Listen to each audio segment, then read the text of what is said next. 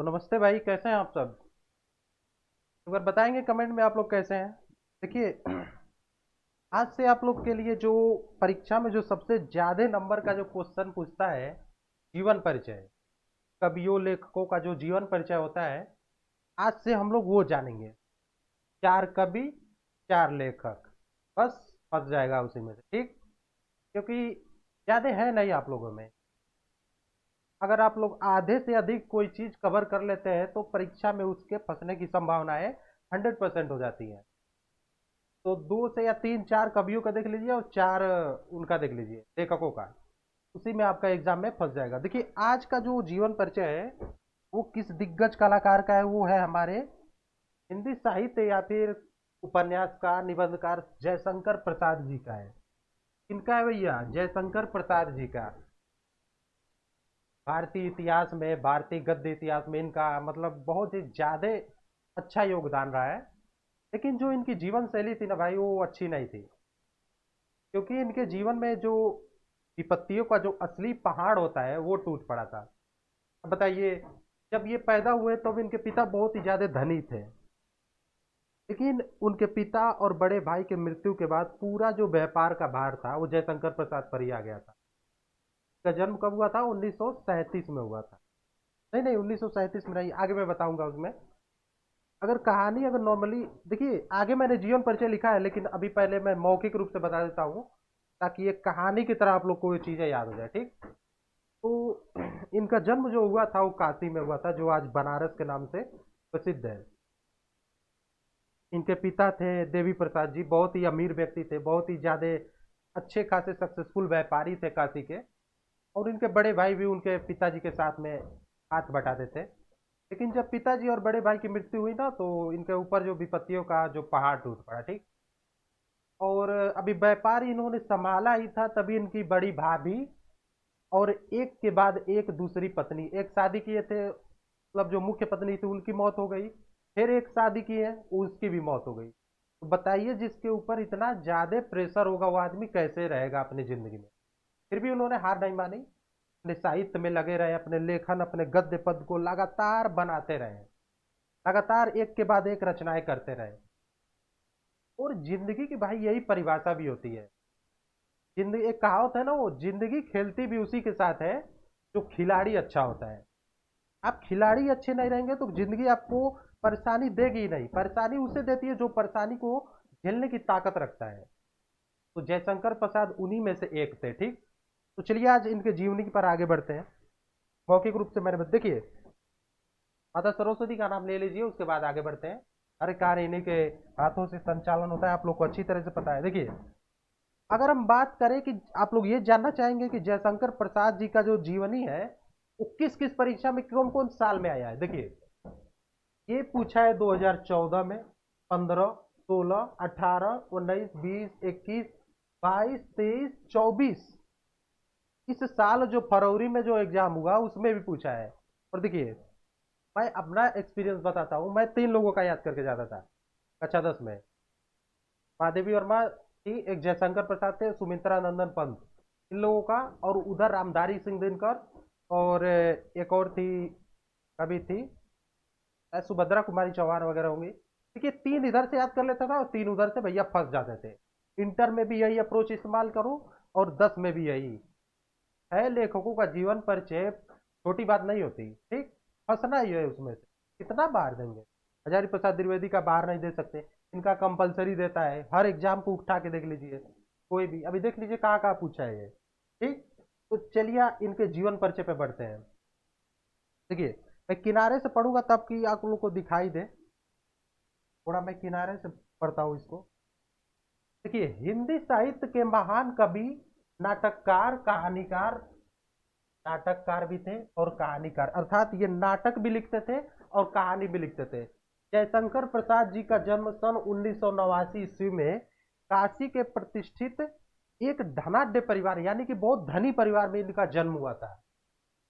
साहूकार, बताइए, इनके पिता साहूकार थे। तो नहीं पैसे का लेखा जोखा रखते हैं, जिनके पास मजदूर ज्यादा से संख्या में काम करते हैं उसी को साहू कहते हैं। तो इनके पिताजी काशी के प्रतिष्ठित एक धनाढ्य व्यक्ति थे जिनका नाम था देवी प्रसाद। इसके जयशंकर प्रसाद के पिताजी का नाम। जयशंकर प्रसाद जी ने अंग्रेजी, संस्कृत, उर्दू और फारसी का श्रेष्ठतम ज्ञान स्वयं से ही प्रारंभ किया। देखिए, जो प्रारंभिक शिक्षा, देखिए आप लोग देख सकते हैं कि आजकल के समय में क्या होता है, बच्चा स्कूल नहीं जाता है, उसकी माँ क्या करती है, उसको जो प्राथमिक शिक्षा होता है ना, ABCD 1 2 3 4, ये सब घर पर ही उसको याद हो जाना चाहिए, ठीक। इसी को कहते हैं प्राथमिक शिक्षा। और प्राथमिक शिक्षा मिलता किससे है, या तो आप स्वयं से लीजिए, या आपकी अगर माँ बाप पढ़े लिखे हैं तो वही आपको प्राथमिक शिक्षा दे देते हैं, ठीक।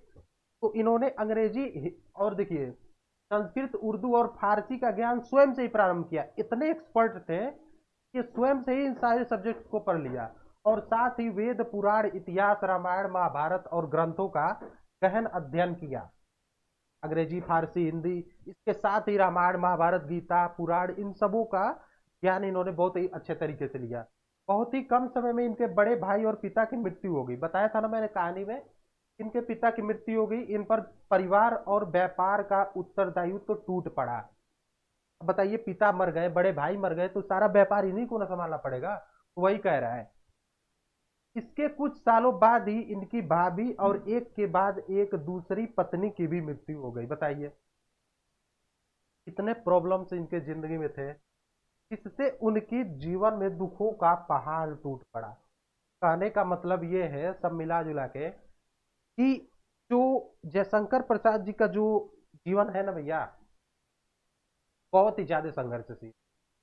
मेरे देखने के हिसाब से सबसे ज्यादा संघर्षशील तो इन्हीं का है। बताइए, भाई मर गया, बाप मर गया, पत्नी मर गई, भाभी मर गई, एक के बाद एक पत्नी मर रही है, तो इनसे ज्यादा संघर्षशील किनका जीवन हो सकता है, ठीक।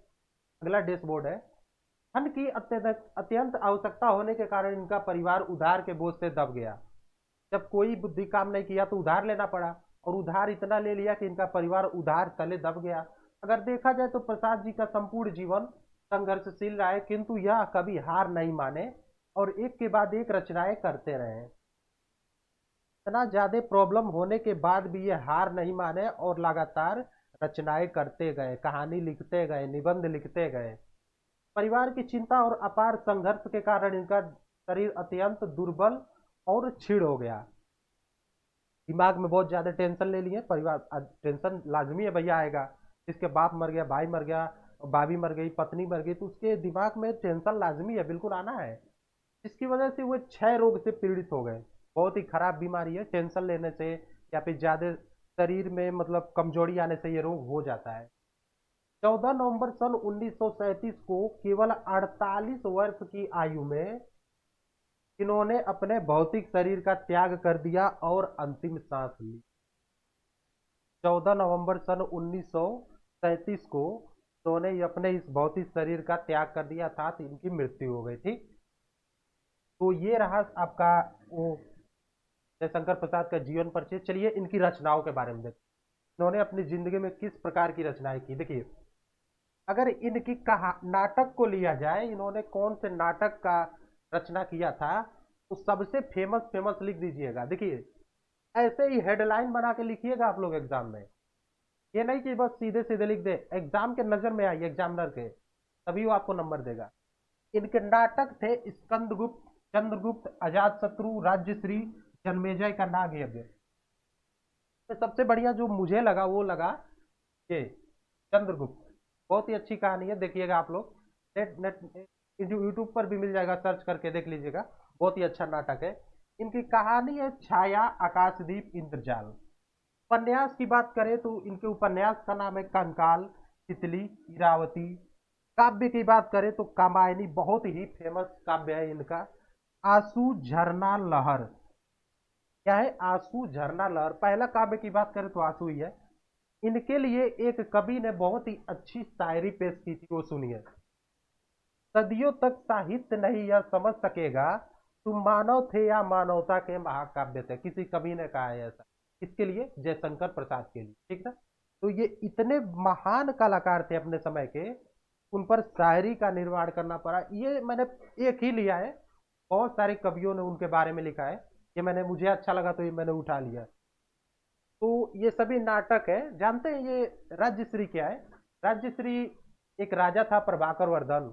उसकी एक लड़की थी राज्यश्री, एक भाई था राज्यवर्धन और हर्षवर्धन। ठीक, राजा के एक लड़की थी, दो भाई थे। तो इसकी शादी बहुत धूमधाम से हुई थी।